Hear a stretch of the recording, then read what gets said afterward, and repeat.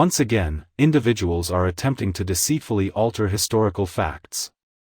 We completely reject the new exclusive article in the Byline Times.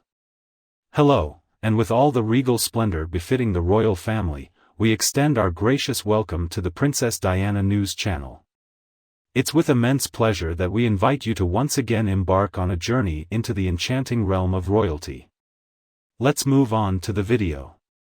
They threw a tantrum on the ground akin to small children in order to achieve their desired outcome. They achieved their desired outcome. It occurred, Megs. After almost 4 years of residing in the United States, Meghan and Harry have failed to achieve the level of success they had anticipated. So, how will they justify this absence of achievement? Will they acknowledge the possibility that it might be due to their own shortcomings? Absolutely not. As usual, the palace will bear responsibility and make an attempt to alter the story. A recently published article titled "The Monarchy's Division Caused by Dan Wootton and a Financial Scandal in Relation to Megxit" is now available exclusively on Byline Times. It seems that Hugh Grant is involved in the development of Byline Times. It is logical for Harry and Meghan to collaborate with Byline Times since Byline Times shares the same disdain towards tabloids as Harry expresses towards British tabloids. Harry appears to have no issues with tabloids when they publish favorable stories about him, despite his claims of hating them. Shall we examine this article together? Initially, it informs us about King Charles facilitating business agreements for the Duke and Duchess of Sussex in the U.S. Smartly phrased, in response to journalist Dan Wootton's royal cash for leak scandal, the decision was made to withdraw £700,000 of funding for a trial year in Canada. The Byline Times has the exclusive disclosure of this information. I must admit, I anticipated this to be an exclusive. I suppose other media sources are reluctant to approach this significant mound of falsehoods. However, regardless, let's examine the assertions. All right, initially, King Charles encouraged Meghan and Harry to pursue various business ventures. Do you find it hard to believe that these commercial deals were actually finalized in 2019, even before they left London? It's quite inconvenient that this detail is often overlooked. The Byline Times suggests that the financial sanction occurred because they refused to exclude the name of a Kensington Palace aide, whose partner was reportedly paid by the executive editor of the Sun newspaper for stories about Megxit and Prince Archie, from the legal documents. The Sandringham Agreement, which was established in January 2020, allowed Prince Harry and Meghan Markle to relocate to North America and fulfill their public duties away from the UK's royal press schedule. However, this arrangement eventually crumbled. Alright, apart from the statements made by Harry in their documentary series regarding that particular situation. Harry clarified that they were not given the option by the late Queen to partially belong to the royal family. Instead, Harry willingly agreed to the Sandringham Agreement, fully aware that it marked the conclusion of their duties for the sovereign. He understood that this indicated the temporary suspension of their HRH titles. He was aware that this indicated they would not be permitted to profit from the dukedom. While they did generate substantial profits from their affiliation with the royal family, they were unable to utilize the label Sussex Royal. How did this lead to the downfall of the Sandringham Agreement? The Byline Times requires a subscription fee that I am not willing to pay, yet I can provide you with a summary of the key points.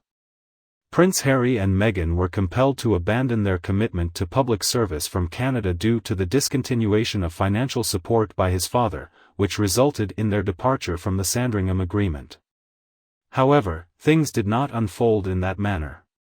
It is common knowledge that when they relocated to the US, Charles generously provided them with a substantial amount of seed money totaling approximately £2 million. The annual sum of £700,000 appears to be illogical. Afterwards, the subsequent event occurred when a significant associate of one of Prince William's key aides was said to have accepted a payment of £4,000 from the Sun. The purported purpose of this payment was for stories relating to the Duke and Duchess of Sussex during Wootton's tenure as executive editor. Unfortunately, Harry and Meghan's situation had already been discussed by Dan Wootton in January. Smartly paraphrased, based on the information provided by Mr. Wooden asserts that Meghan and Harry should not hold Catherine, William, Camilla, and Charles accountable for the narratives being circulated about them. The majority of those stories originated from the camp of Meghan and Harry. According to an article in the Daily Mail from January, he suggested that Harry and Meghan share the blame if they view briefing the tabloid media as an unforgivable act committed by Charles, Camilla, William, and Kate. I can attest to this personally as I received first-hand briefings from Sussex's communications team while I extensively covered Meghan's tenure in the royal family. It was during this time that I unveiled a string of widely publicized revelations, including the scandalous Tiara Gate, the intense feud between Kate and Meghan, and ultimately the decision of Megxit. I'm extremely pleased to observe Dan Wooden's refusal to remain silent about this matter. I understand that this article was published in January, but I anticipate that he will likely step forward to defend himself once more in the upcoming days, which is the appropriate course of action. According to the Byline Times, payments were made in connection with articles regarding godparent arrangements and Wooden's groundbreaking story on the phenomenon known as Megxit in January 2020. Okay, let's discuss the subject of nannies. Mr. Wooden has already covered this issue. According to the Daily Mail article, the couple recently hired their third nanny within a span of 6 weeks. The reason given by their team was that the first nanny served as a night nurse, and they were cautious in making the right choice. The writer acknowledges having numerous phone exchanges with the Sussex's staff, who offered their perspective on the matter. This was done to balance the disclosures which, frankly speaking, often portrayed them negatively, the author stated. The true concern lies with this assistant. The palace conducted a thorough inquiry into the assistant and ultimately exonerated him, as he vehemently denied being the informant for the news about Archie and Megxit. Furthermore, he firmly stated that neither he nor his partner had any connection to Wooden, despite acknowledging familiarity with the journalist. However, Wooden points out that certain courtiers are specifically assigned to collaborate with journalists who uncover valid stories of public concern relating to the monarchy. As a publicly funded institution, the monarchy should be subject to scrutiny by the media, which plays an essential role as the fourth estate. Mr. Wooden is completely correct, and it is insincere for Harry to pretend that he is unaware of the system's workings. He has continuously exploited it for his advantage. However, issues arise when the narratives portray Harry in a negative light, causing him to express discontent.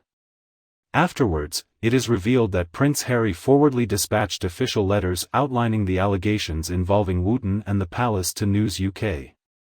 According to Byline Times, Sir Clive Alderton and Lord Peel, previously the Lord Chamberlain, are urging Harry to modify the legal documents, as they hold significant roles within King Charles and Queen Camilla's inner circle. Despite being rated as having a security threat level A, the Sussexes were abandoned financially and deprived of the means to safeguard themselves, as their aide's name remained on the legal letters. Of equivalent status as the monarch. Oh, yes, this is in fact the content of their writing. I can't comprehend the topic of their conversation. It's amusing, don't you think? The lack of self-control in these sugars is quite interesting. To put it mildly, they are far from impartial in the absurd content they are publishing. What made these two individuals think that their level of threat was on par with the monarch, considering they were essentially unknown and insignificant in comparison? However, the following point is where things truly take a turn for the worse. In essence, it is worth noting that the source of sponsorship for this particular article is unknown to us. Previously, I believed that the situation was somewhat uncertain. However, it is now evident and easily comprehensible. Overwhelming the future monarch. The level of delusion in this article is astonishing.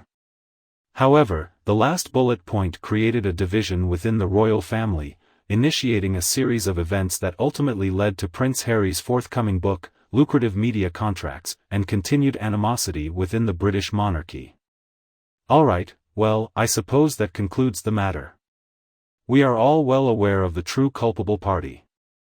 Meghan and Harry are never to blame.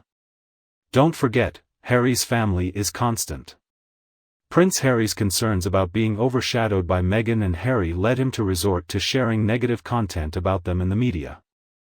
Yeah, sure, that's the stance we will choose to adopt. In regards to the palace aide mentioned in the letters, it seems that the palace conducted a comprehensive investigation into Harry's claim, ultimately determining the aide's innocence. Consequently, it is only logical that they asked Harry to redact the individual's name. Harry's unwillingness to remove the name speaks volumes about his character rather than reflecting poorly on the palace. Isn't it astonishing how Harry and Meghan are the primary catalysts for perpetuating this situation? Despite their assertions about moving forward and focusing on the future, they actually do not follow through with their words. They have not yet found a solution to this problem. Due to their immense self-disappointment and regret, they feel a great deal of upset over their incorrect decision. They were confident in their ability to succeed independently of the palace. Clearly, it is evident that they are unable to do so. Rather than embracing their circumstances and seeking ways to lead purposeful lives, they will persist in vandalizing the palace and defaming the royal family. Due to the irreversible damage done to those bridges, there are no possibilities for the horrifying duo to retreat. Due to their refusal to acknowledge their own actions, the only recourse left for them is to place blame on Harry's family. This article demonstrates that despite their waning popularity, Harry and Meghan are far from being done. Our video is up to here. Kindly share your thoughts in the comments section. As usual, please give this video a thumbs up and share it with anyone who might find it interesting. And before you leave, if you haven't already, click the subscribe button to stay updated with all the latest content from the Princess Diana News channel. Thanks for joining us, have a wonderful day, and I'll be returning soon in upcoming videos.